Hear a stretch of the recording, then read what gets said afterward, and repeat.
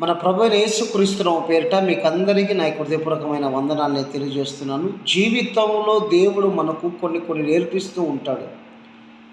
దేవుడు మాట్లాడినప్పుడు వెంటనే వింటే కఠినమైన మార్గాల గుండా దేవుడు తీసుకుపోడు.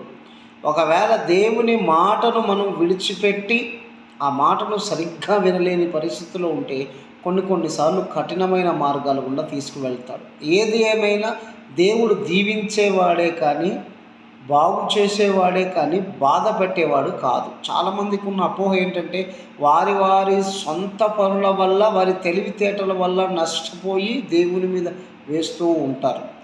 ఈ మాటలు వింటుండగా ఇప్పుడు నువ్వు పడుతున్న శ్రమ అది నువ్వు దేవుని గురించి తెలుసుకోవడానికే. గతంలో దేవుడు మాట్లాడినప్పుడు వినలేదు. నీ సొంత పనులు, నీ సొంత తెలివితేటల వల్ల ఇప్పుడు పడుతున్న కష్టము నీ దగ్గరికి వచ్చింది.